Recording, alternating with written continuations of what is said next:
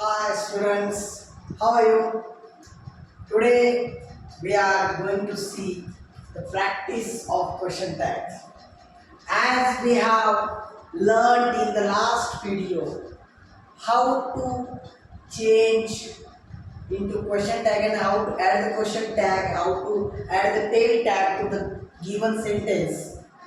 We have we have studied the steps of adding tag to the question, tag to the statement. It will be considered as a question tag. तर आपण मागच्या व्हिडिओमध्ये question tag कसं बनवायचं हे आपण शिकलेलो आहोत. आता क्वेश्चन टॅग मध्ये दिलेल्या स्टेटमेंटला आपण टॅग कसा लावायचा हे बघितलेलं आहे. ठीक आहे. तर आपण काही वाक्य इथं घेतलेले आहेत, सिलेक्टिव्ह वाक्य घेतलेले आहेत. त्या वाक्यांचा आपण क्वेश्चन टॅग बनवणार आहोत. तर तुम्ही बघू शकता इथे काही वाक्य आहेत. त्या वाक्यांना अगदी व्यवस्थित बघा, निरीक्षण करा आणि त्या वाक्यांचं आपण क्वेश्चन टॅग बनवणार आहोत. तर दिलेल्या स्टेप्स प्रमाणे आपल्याला काय करायचं, we have to read the sentence first. आपण वाक्य पहिल्यांदा वाचून घेऊया. The lady is happy. तर आपण दिलेल्या स्टेप्समध्ये बघितलं होतं की दिलेलं वाक्य आहे तसं लिहून घ्यायचं आहे. तर पहिला आपण दिलेलं वाक्य आहे तसं लिहून घेणार आहे. The lady is happy. Second स्टेपला आपण सांगितलं होतं की फुलस्टॉप काढून आपल्याला काय घ्यायचं आहे, कॉमा घ्यायचा आहे. फुलस्टॉपच्या ठिकाणी काय द्यायचं आहे, कॉमा द्यायचं आहे. त्यानंतर थर्ड स्टेपला आपण बघितलं की त्या वाक्यामध्ये ऑक्झिलरी वर्ब आलेला आहे का, हेल्पिंग वर्ब आलेला आहे का, मॉडल वर्ब आलेला आहे का. तर वाक्यामध्ये इज हा हेल्पिंग वर्ब आलेला आहे, त्यामुळे आपण त्या इजला आपण लिहून घेणार आहे. त्यानंतर पुढच्या स्टेपमध्ये आपल्याला चेक करायचं वाक्य पॉझिटिव्ह आहे का निगेटिव्ह आहे. पॉझिटिव्ह आहे तर त्याचा क्वेश्चन टॅग काय होणार, निगेटिव्ह होणार. तर आपण त्याला एंटी लावणार, इझंट. आणि त्यानंतर या वाक्यामध्ये सब्जेक्ट कोण आहे, द लेडी. द लेडी स्त्री आहे का पुरुष, स्त्री आहे. मग स्त्रीसाठी प्रोनाउन कुठला वापरतो आपण, शी. इझंट शी. या पद्धतीने आपण त्याचा क्वेश्चन टॅग तयार करतो. सेकंड आहे ही इज माय फ्रेंड. हे वाक्य लिहून घेऊया. He is my friend. त्यानंतर फुलस्टॉपच्या ठिकाणी आपण घेऊया कॉमा. त्यानंतर वाक्यामध्ये आलेला आहे ऑक्झिलरी वर्ब इज. इजचं निगेटिव्ह होतं इझंट आणि प्रोनाउन आलेला ही, त्यामुळं आपण काय करूया, हिला आहे तसं लिहून घेऊया आणि क्वेश्चन टॅग क्वेश्चन घेऊया. त्यानंतर वाक्य आहे दे आर प्लेइंग खो खो. तर या वाक्याला आपल्याला आहे कसं लिहायचं आहे, they are playing kho kho. After writing the sentence, after copying the sentence as it is, we have to use comma instead of full stop. Then we have to choose the auxiliary verb. The given sentence is positive, then our question tag will be negative, aren't, and the subject is they. So we will write here they aren't they. Then next sentence, त्याच्यानंतर बघणार आपण I am reading a story book. I am reading a story book. Story book. मी एक पुस्तक वाचत आहे, गोष्टीचं पुस्तक वाचत आहे. वाक्यामध्ये ॲम नावाचा ऑक्झिलरी वर्ब आलेला आहे. ॲमचा निगेटिव्ह करत असताना ॲमंट करून चालणार नाही, त्यामुळे आपण त्याला ॲमचा निगेटिव्ह काय होणार आहे, आरंट होणार. हा एक एक्सेप्शन आहे, अपवाद आहे क्वेश्चन टॅगमध्ये. ॲमचा निगेटिव्ह काय होणार, आरंट. आणि सब्जेक्ट कोण आहे, आय, म्हणून आपल्याला क्वेश्चन टॅग तयार होईल आरंट आहे. She was not eating pizza. वाक्य आहे तसं लिहिल्यानंतर आपण फुलस्टॉपच्या ठिकाणी घेणार आहे कॉमा. कॉमा नंतर आपल्याला चूज करायचं आहे त्या वाक्यामध्ये दिलेला ऑक्झिलरी वर्ब. ऑक्झिलरी वर्ब कोणता आहे, वॉज आहे.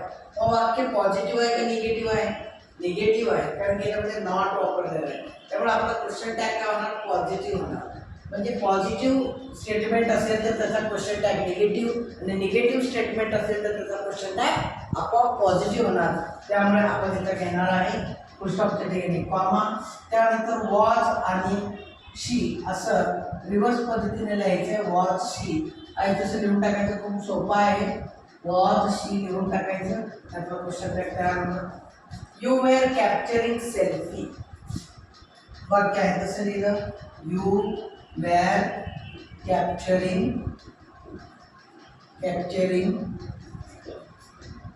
सेल्फी. पुस्तकाच्या ठिकाणी द्यायचे कॉमा आणि वेअरचा निगेटिव्ह काय होणार आहे, वेरंट. वेअरचा निगेटिव्ह काय होणार आहे, वेरंट. त्यानंतर सब्जेक्ट कोण आहे, यू, वेरंट यू, आणि त्यानंतर काय द्यायचा, क्वेश्चन मार्क द्यायचा आहे.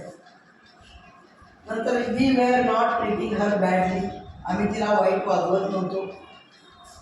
वाक्य आहे तसं लिहून घ्यायचं, we were not treating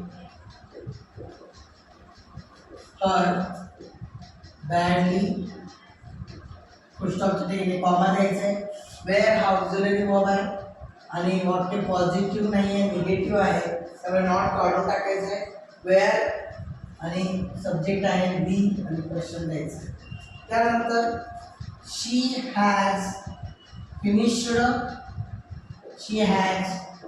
finished her work by 8 PM. पुस्तकाच्या ठिकाणी कॉमा द्यायचं आहे. वाक्य ऑक्झिलरी वर्ब आलेलं आहे हॅज, वाक्य पॉझिटिव्ह आहे त्यामुळे त्याचं काय होणार, क्वेश्चन टॅग निगेटिव्ह. हॅझंट आणि सब्जेक्ट कोण आहे, शी, हॅझंट शी असं त्याचा क्वेश्चन टॅग होतो. तर ही जी दिलेली वाक्य आहे तर त्याच्यामध्ये सुद्धा तसंच आपल्याला क्वेश्चन टॅग बनवायचं आहे. तर लेडी इज हॅपीचा क्वेश्चन टॅग होतो इजंट शी. ती स्त्री आनंदी आहे, नाही का. ओके.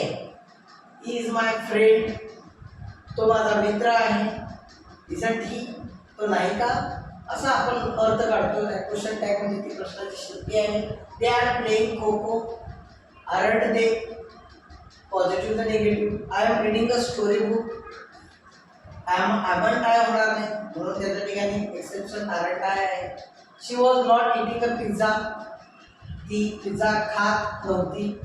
वॉज शी म्हणजे निगेटिव्ह स्टेटमेंटचं क्वेश्चन टॅग पॉझिटिव्ह त्या पद्धतीनं केलेलं आहे. त्यानंतर नवं वाक्य जर तुम्ही बघू शकता, they haven't booked the new car yet. त्याच पद्धतीने इथं हॅवंट आहे, तिथं काय येणार आहे, क्वेश्चन टॅग हॅव दे होणार. Meena had gone to meet her injured friend, तर हॅड हे पॉझिटिव्ह आहे, मग वाक्य आहे तसं लिहिल्यानंतर त्याचा क्वेश्चन टॅग काय होणार, हॅडंट शी होणार, हॅडंट शी. कारण इथं प्रॉपर नाव मीना आलेलं आहे. मीना एका मुलीचं नाव आहे म्हणून आपण वाक्य आहे तसं लिहिल्यानंतर कॉमा त्यानंतर हॅड हे ऑक्झिलरी वर्ब आहे. पॉझिटिव्ह वाक्याचा क्वेश्चन टॅग निगेटिव्ह आणि मीना स्त्री असल्यामुळं मुली असल्यामुळं शी असं घेणार आहे आणि क्वेश्चन टॅग घेणार आहे. त्यानंतर he watches a movie every day या वाक्याचा कॉमा दिल्यानंतर काय होणार आहे, वॉचेस. तर तुम्ही या वाक्यात बघू शकता, ज्या मी नियम लिहून देताना स्टेपमध्ये सांगितलेलं आहे, ज्या वाक्यामध्ये ऑक्झिलरी वर्ब नसतो तेव्हा मेन वर्बकडे वळायचं आहे. त्या वाक्यामध्ये V1 आहे का V2 आहे बघायचं आहे. तर इथं बघू शकता तुम्ही V1 आलेला आहे आणि वर्बला एस आय एस पैकी एस प्रत्यय लागलेला आहे. त्यामुळे आपल्याला क्वेश्चन टॅग बनवताना त्याचंच रूप बनवायचं आहे. तर वाक्य आहे तसं लिहून घ्यायचं. वाक्य पॉझिटिव्ह आहे मग त्याचं निगेटिव्ह म्हणजे त्याला एस लागल्यामुळे आपल्याला डज घ्यायचं आहे. डजचं काय होणार, डझंट आणि सब्जेक्ट काय आहे, ही, आणि डझंट ही. जर वर्बला एस आय एस लागला असेल तर त्याचा क्वेश्चन टॅग काय होईल, डझंट होईल. आणि जर वाक्य निगेटिव्ह असेल तर डज ही होईल. ते समजून घ्या. त्यानंतर इथं 12वं वाक्य पण तसंच आहे. V1 आलेलं आहे पण त्याला एस आय एस लागलेला नाही म्हणून आपण त्याला काय करणार आहे, क्वेश्चन टॅग डोंट बी काय करणार आहे, डोंट बी. त्यानंतर 13वं वाक्य बघू शकता, त्याच्यामध्ये करेक्टेड नावाचा वर्ब आलेला आहे. हा करेक्टेड V1 नाही तर V2 आहे. V2 आल्यामुळं वाक्य आहे तसं लिहून घेतल्यानंतर कॉमा द्यायचा. कॉमा नंतर ऑक्झिलरी वर्ब म्हणून काय सिलेक्ट करायचं, डीड, आणि त्याचा निगेटिव्ह काय येणार, डिडंट, आणि सब्जेक्ट काय आहे, यू, आणि क्वेश्चन मार्क द्यायचा आहे. आणि इथं त्याच्यानंतर आलेला आहे विल सबमिट. इथं ऑक्झिलरी वर्ब दिलेला आहे तर आपण काय करणार आहे, विलचा निगेटिव्ह काय होणार, वोट. आणि द स्टुडंट्स हे एक वचन आहे का अनेक वचन आहे, सिंग्युलर तर प्लुरल आहे, प्लुरल आहे म्हणजे अनेक वचन आहे.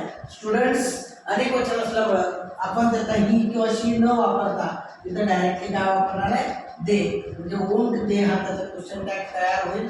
आणि या पद्धतीनं तुमचं क्वेश्चन टॅगची प्रॅक्टिस इथं झालेली आहे. त्याच्यामध्ये काही क्वेश्चन्स असल्यास, तुमच्या काही प्रश्न असल्यास तुम्हाला कमेंट सेक्शनमध्ये जाऊन प्रश्न विचारता येईल. कारण की अजून प्रॅक्टिस संपलेली नाही, तर सुरुवात आहे. अजून आपल्याला इंटरोगेटिव्ह, इम्परेटिव्ह आणि क्वेश्चन टॅगमध्ये तुम्हाला क्वेश्चन टॅग कसं बनवायचं आहे हे बघायचं आहे. आणि आपल्याला त्यांच्या माध्यमातून क्वेश्चन टॅग शिकायचं आहे.